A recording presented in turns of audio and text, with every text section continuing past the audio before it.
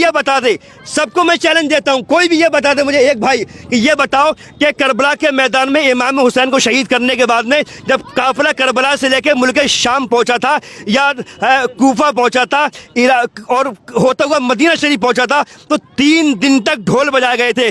آپ سب لوگ ایک آواز میں بولنا کہ یہ بتاؤ وہاں پر ڈھول 3 دن حسینیوں نے بجائے تھے یا یزیدیوں نے بجائے تھے؟ کس نے بجائے تھے؟ یزیدیوں نے بجائے تھے نا. سب اس بات کو مانتے, جو اس بات کو نہیں مانے صاحب وہ مسلمان ہو ہی نہیں سکتا. یزیدیوں نے ڈھول بجائے تھے. اب جب قافلہ امام حسین کا صاحب لٹا ہوا ملک شام پہنچا یزید کے دربار میں, زینب یزید کے سامنے موجود ہے. یزید نے کیا کہا تھا زینب سے, اے زینب اللہ کا شکر ہے کہ صاحب اللہ نے ہمیں کامیابی دی ہے.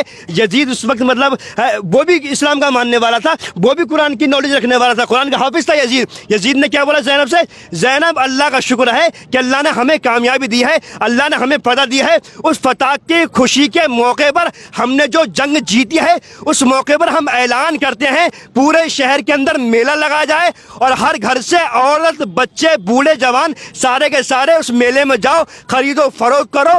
سب کو یہ کرنا پڑے گا. سارے کے سارے لوگ گئے, میلہ لگایا, خرید و فروخت کی. اب مجھے آپ اپنے دل پہ ہاتھ رکھ کے یہ بتاؤ, اگر باقی آقا حسین سے محبت ہے تو یہ بتاؤ کہ وہاں جو میلہ لگایا تھا وہ حسینیوں نے لگایا تھا یزیدیوں نے لگایا تھا؟ یزیدیوں نے لگایا تھا نا میلہ. تو میلہ لگانا کس کا طریقہ ہے, حسینیوں کا یزیدیوں کا؟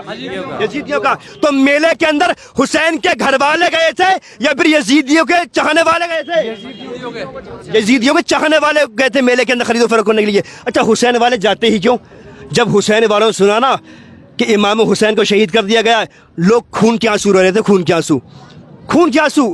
زینب نے کہا تھا یزید تو شاید قرآن کی اس آیت کو بھول گیا ہے. میرا رب ارشاد فرماتا ہے وَتُعِزُّ مَن تَشَاءُ وَتُذِلُّ مَن تَشَاءُ بِيَدِكَ الْخَيْرُ إِنَّكَ عَلَىٰ كُلِّ شَيْءٍ قَدِيرٌ. اللہ جسے چاہتا ہے عزت دیتا ہے, جسے چاہتا ہے ذلت دیتا ہے. اے یزید تو گواہ رہنا, جب تیری نسلیں آئیں گی یا تیرے چاہنے والے دنیا میں آئیں گے تو وہ اس بات کی گواہی دیں گے کہ تیرا نام لینے والا دنیا میں کوئی نہ ہوگا.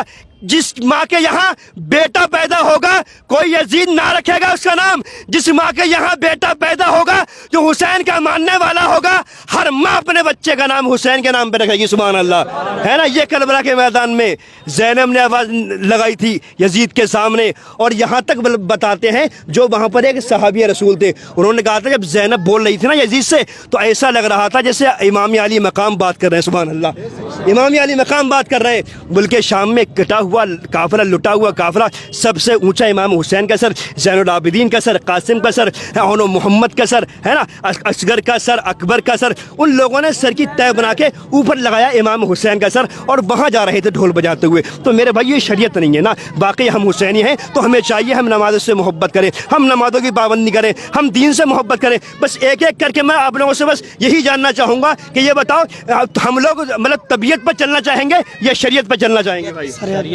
شریعت پہ جانا چاہیں گے نا. اور کربلا کے میدان میں کیا امام حسین نماز کو چھوڑا تھا؟ نہیں چھوڑا تھا نا, نہیں چھوڑا تھا. کیا پیغام دیا تھا آخری وقت کربلا کے میدان میں امام حسین نے؟ دین پہ آنچ نہیں آنی چاہیے. سوچے تو صحیح. اچھا ہمارا جب کوئی بچہ ہوتا ہے نا 6 مہینے کا, اور اگر ماں کی دودھ نہ ملنے کی وجہ سے جب وہ روتا ہے تو ماں تڑپ جاتی ہے. ہم کہتے ہیں اپنی بیوی سے جلدی کر دودھ پلا بچے کو, بیوی جاتی دودھ پلانے کے لیے. اب سوچے صحیح, جب حلق پر تیر اصغر کے پڑا ہوگا تو کیا وہ نظارہ ہوگا, کیسا لگا ہوگا امام حسین کو, کتنے تڑپے ہوں گے امام اصغر. ظالموں کو کوئی پرواہ نہیں تھی, انہیں بس جیتنا تھا, انہیں یہ دکھانا تھا کہ صاحب ہمیں جیتنا ہے. اچھا امام حسین آئے بھی کیوں تھے کربلا کے میدان میں؟ ارے 72,000 کوئی مقابلہ ہوتا ہے؟ 72 اور 22,000 کا کوئی مقابلہ نہیں ہوتا ہے. وہ صرف لوگوں سے ملاقات کے لیے آئے تھے اور انہیں حق کا پیغام دینے آئے تھے, شریعت مصطفیٰ کے بارے میں بتانے آئے تھے. اگر لڑنے کے لیے آئے ہوتے نا تو آقا حسین کی وہ شان ہے کہ آواز دے تو ساقی کوثر نکل پڑے, نہر فرات خیمے کے اندر نکل پڑے. یہ امتحان صبر تھا, ورنہ میرے حسین انگلی زمین پہ رکھے سمندر نکل پڑے. آقا حسین کی شان وہ ہے. لوگ کہتے ہیں نا, میں تو کہتا ہوں صاحب نکتہ دیتا ہوں کہ یہ کہنا بھی غلط ہے کہ امام حسین کو پانی نہیں ملا تھا. غلط ہے نہیں بھائی؟ بے شک امام حسین اگر چاہتے تو پانی کے کتنے دریا بہ جاتے. یہ کہنا بھی غلط ہے کیونکہ یہ معاملہ امام حسین کا نہیں تھا. ایسا نہیں تھا صاحب کہ امام حسین کا پانی نہ ملا تھا. ارے پانی کی اتنی اوقات نہیں تھی, لبے حسین کو چھو لیتا پانی. وہ بے شک یہ پانی کی اتنی اوقات نہیں تھی امام حسین. اچھا میں آپ سے پوچھتا ہوں, آپ کو یاد ہوگا ہم سب کے راجا خواجہ پاک